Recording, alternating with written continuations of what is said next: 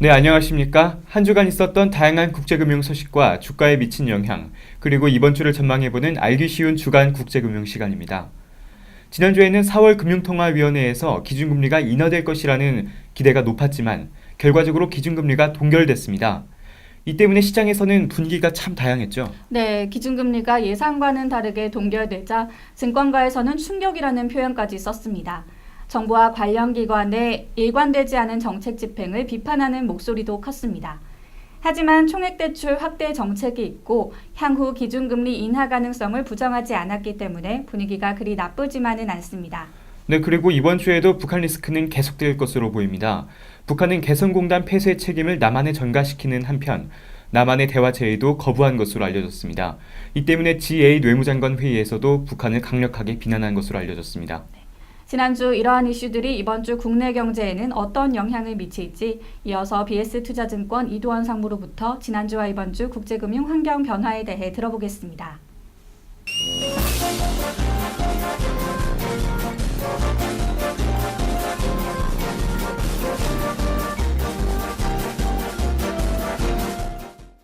여러분 안녕하십니까? BS투자증권 이두원입니다.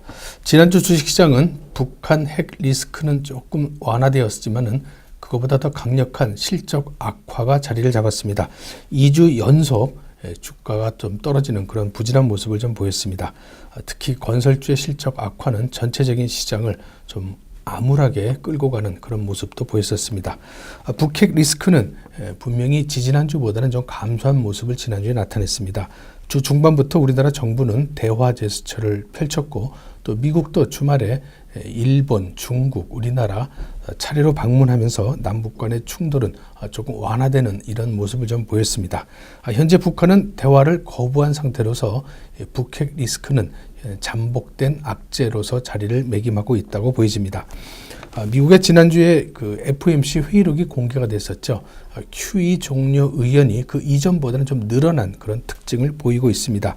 미국의 양적 완화 정책에 대한 비판이 요즘 자주 언론에 보도가 되고 있습니다. 시장에는 좀 부담이 되는 그런 요인이 아닐 수밖에 없는데요. 지난주 공개된 FOMC 회의록에 보면은 3월 20일 날 있었던 FOMC 회의에서 그 이전 회의치보다는 양적 완화를 좀 반대하는 이런 연준 위원들이 약간 좀 늘어난 모습을 보이고 있습니다.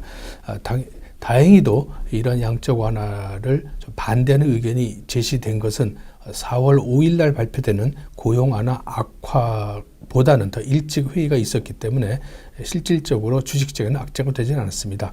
다시 말씀드리면은 양적 완화를 반대하는 이런 의견이 고용 악화가 된 줄 모르고 그런 의견을 제시했다는 거죠. 따라서 4월 말에 예정되어 있는 FOMC 회의에서는 고용이 악화된 이런 모습을 좀 반영할 가능성이 높아지고 그러한 것은 양적 완화를 조기에 종료하겠다는 의견은 조금 좀 수그러들 가능성이 있지 않을까라는 생각입니다. 이것 때문에 사실 FOMC 회의록이 공개됐음에도 불구하고 미국의 주가는 당일날 올랐던 그런 경험을 보였습니다. 아직은 이 양적 완화에 대한 효과가 계속 있고 이것은 계속 되어야 된다는 의견이 주론을 이루고는 있습니다. 유럽 쪽에서는 키프로스 문제가 좀 완화가 됐습니다. 피치에서는 키프로스의 신용 등급을 상향 전망시키는 이런 분위기를 보여주고 있기 때문에 유럽은 조금 금융 위기는 좀 회피하는 완화되는 이런 모습을 좀 보였습니다. 특히 키프로스에서 이탈된 자금이 그리스로 좀 흘러가는 이런 모습을 좀 보이고 있는데 그리스 경제에는 큰 어떤 응원군을 만난 그런 상황이 아닌가 싶습니다. 사실 연이은 그 유로존 악재 때문에 유로존 경기는 아직도 나쁩니다. 올해 같은 경우 IMF에서 전망을 할 때 작년도에 비해서 올해는 마이너스 0.2%, 결국 작년보다는 더 경제가 뒤로 후퇴하는 듯한 이런 GNP 성장률을 예고를 하고 있는데 그만큼 유로존 경기는 아직도 좀 찬바람이 많이 불고 있는 그런 모습이 아닌가 싶습니다. 일본의 금융 완화 정책은 일본의 주가를 금년에만 30% 가까이 끌어올리는 강력한 이런 모습을 좀 보였는데 이런 금융 완화 정책이 연내에 계속될 수 있고 이런 구로다 주가라 그러죠. 구로다 때문에 주가가 올라가는 모습은 금년 내내 좀 지속될 가능성이 있다라는 그런 분석이 나오고 있습니다. 우리나라에 큰 영향을 줄 수 있는 엔달러 환율 같은 경우 약 105엔 정도까지는 갈 수 있겠다. 그런 전망도 나오고 있고 니케이 225 같은 지수는 약 15,000포인트까지는 오를 수 있지 않겠느냐라는 그런 분석이 나오고 있습니다.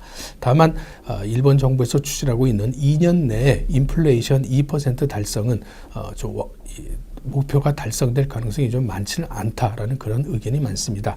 이를 반영해서인지는 모르겠습니다만 구로다 중앙은행 총재는 인플레이션 2%는 반드시 달성해야 되는 목표가 아니라 좀 유연한 목표다 이런 발언을 했습니다. 이것 때문에 일본의 이 엔달러 환율이 좀 변화를 보였습니다. 계속적으로 올라가다가 좀 주춤거리는 이런 모습을 좀 보였었는데 이것은 어쩌면은 구로다 은행 총재가 속도를 조절하는 듯한 이런 제스처가 아닌가라는 그런 분석도 나오고는 있습니다. 중국은 통화 정책에 좀 좋지 않은 뉴스가 있었습니다. 피치에서는 위화나 중국의 화폐 단위로 발행하는 은행이 발행하는 채권에 대해서 신용 등급을 정존의 AA-에서 AA 제로로 좀 바꿨습니다. 어떤 강등을 시킨 건데요. 이런 모습 자체는 중국의 위안화 채권이 발행하는 은행이 GDP 대비 대출 잔고가 135%나 되고 있기 때문에 그중에 부실화될 가능성을 미리 경고한 이런 조치가 아닌가 싶습니다. 이런 신용 등급을 강등시킴으로 인해서 중국의 통화 정책은 조금 긴축을 계속 유지할 수밖에 없는 중국 주시장으로서는 좀 악재가 될 수 있는 그런 모습이 아닌가 싶습니다. 중국의 주가가 좀 좋지 않을 경우에 우리나라 주가도 결국은 좋지 않을 수 있다는 측면에서 보면은 좀 부담이 되는 그런 뉴스가 아닌가 싶습니다. 현재 주식시장은 1901포인트까지 잠깐 떨어졌었죠. 지난주에 장중에 이렇게 저점까지 떨어졌었는데 그런 1901포인트를 기준으로 해본다면 PBR이 한 배가 잘 되질 않습니다. 결국 주가가 역사적인 바닥권에 와 있다라고 판단을 내릴 수 있는 것이 가장 큰 호재로서 받아들여질 수 있겠습니다. 다만 이제 실적은 아직도 상당히 좀 어렵기 때문에 기업 실적에서 벗어나기 위한 많은 것들을 좀 찾아봐야 되는데 이번 주말쯤 예상이 되어 있는 정부에서 국회에 제출하는 슈퍼 추경안 상당히 큰 금액의 추경안에 대한 예산이 국회에 제출이 된다면은 실적이 악화된 것이 결국 경기를 살릴 수 있다는 측면에서 조금은 좀 완화될 수 있는 실적 악화의 악재가 좀 누그러질 수 있는 그런 재료가 아닌가 싶습니다. 하지만 실적이 좀 좋은 업종들도 있습니다. 주로 IT에 관련된 업종, 그중에서 반도체, 디스플레이 또 모바일 관련 회사들인데 그런 것을 완제품을 만드는 회사나 거기에 부품을 만드는 회사들은 여전히 좀 좋은 모습을 보일 것으로 예상해 볼 수 있겠습니다. 저는 지금까지 BS투자증권 이두원이었습니다. 정부가 오는 16일 추가 경정 예산안을 국무회의에 상정합니다. 추경의 규모가 경제에 확신을 주는 수준일지, 어디에 쓰일지, 재원 조달은 어떻게 이루어질지 관심이 집중되는데요. 추경과 부동산 대책을 논의하는 여야정 협의체는 15일 첫 회의를 엽니다. 네, 그리고 주 중반 미국 워싱턴 DC에서는 주요 20개국 재무장관과 중앙은행 총재 회의가 개최됩니다. 이번 회의에서는 일본의 엔화 평가 절하에 대한 논의가 이루어질 전망입니다. 한편 미국에서는 중앙은행의 경기 판단을 엿볼 수 있는 베이지북이 공개됩니다. 주택과 산업 생산 지표도 나올 계획입니다. 지금까지 4월 셋째 주 주간 국제금융 소식이었습니다.